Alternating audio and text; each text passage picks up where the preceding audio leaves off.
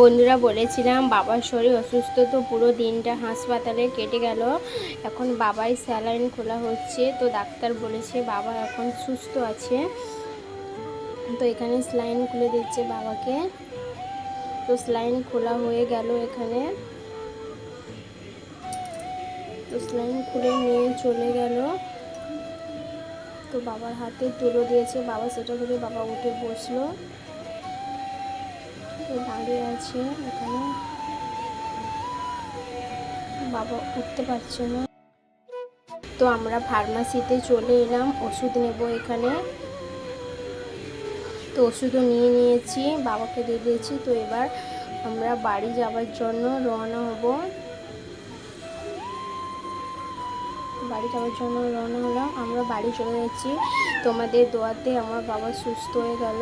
তোমাদের অসংখ্য অসংখ্য ধন্যবাদ। বাই।